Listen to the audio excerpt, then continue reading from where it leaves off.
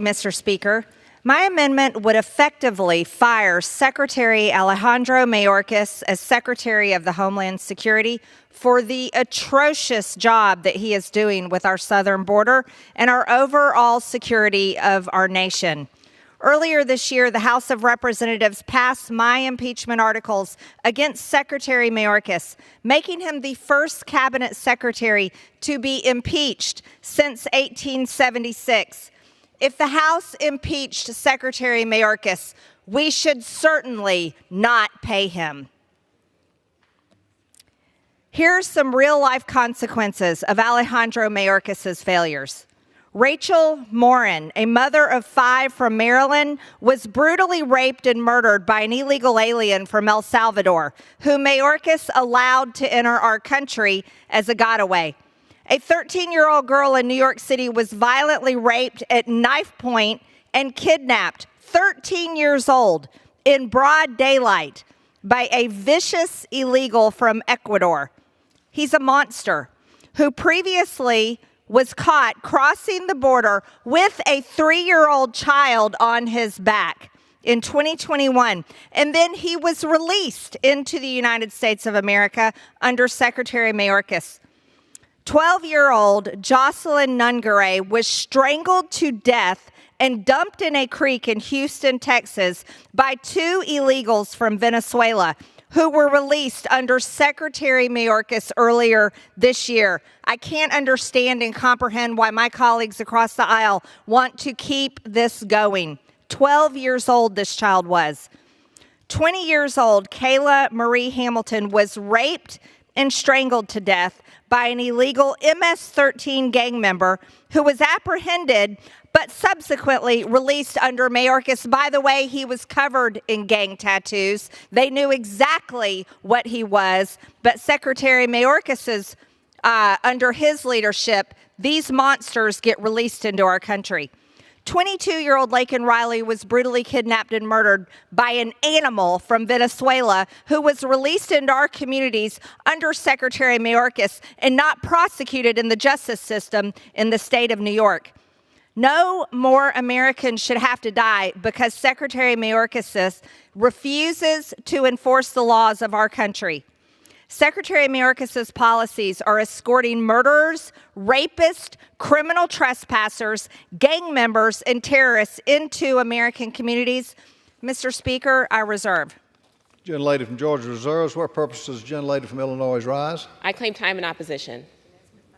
You're recognized for 5 minutes. Thank you, Mr. Chairman. I rise in strong opposition to this amendment. The Secretary of Homeland Security plays a critical role in our national security.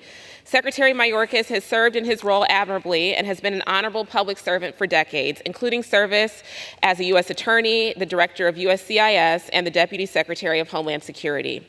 If my majority colleagues were sincere about addressing and ending the humanitarian crisis at the border, they would not have rejected the opportunity to even debate one of the toughest bipartisan border bills in history simply to appease the desires of those who wish to keep chaos on the border for political gain. And when the President and Secretary Mayorkas requested additional resources to secure the border, my colleagues across the aisle ignored that too, even after they demanded that we take care of our own border first before we consider providing any funding to Ukraine and our other allies. My colleagues and I remain ready to address the challenges facing the Department of Homeland Security, to work towards building a modern immigration system that reflects the realities of the world we live in today and advances the best interests of American families, businesses, and communities. In addition, I would be remiss if I didn't point out that this amendment raises serious constitutional issues. Punishing the Secretary is not the way to handle policy disputes. Unfortunately, this amendment prioritizes legislative theater over the American people. I urge my colleagues to vote no, and I yield back. Gentlelady from Illinois yields back. Gentlelady from Georgia is recognized. Mr. Speaker, how much time do I have remaining? Gentlelady has 2 minutes remaining. Thank you. My colleague across the aisle talks about Secretary Mayorkas and his so-called critical role in our nation's security. Yet Secretary Mayorkas has allowed over 360 individuals on the terrorist watch list. They were caught at the southern border while we have no idea how many terrorists are in the interior of our country.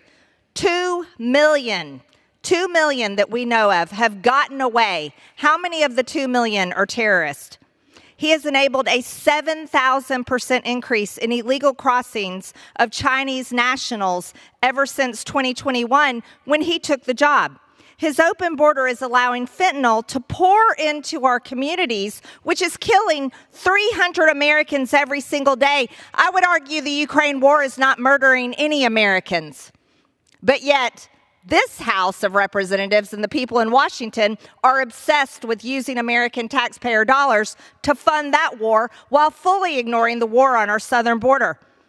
According to Georgia Narcotics Association, approximately 7 out of 10 pills on the street are laced with fentanyl coming across the southern border. Yet my colleague across the aisle says that we're ignoring the humanitarian crisis at the southern border. No, what this government is doing, this administration and Secretary Mayorkas is doing, is ignoring the humanitarian crisis all across our country. Fentanyl is a weapon of mass destruction that is murdering Americans. That should be the issue this House cares about.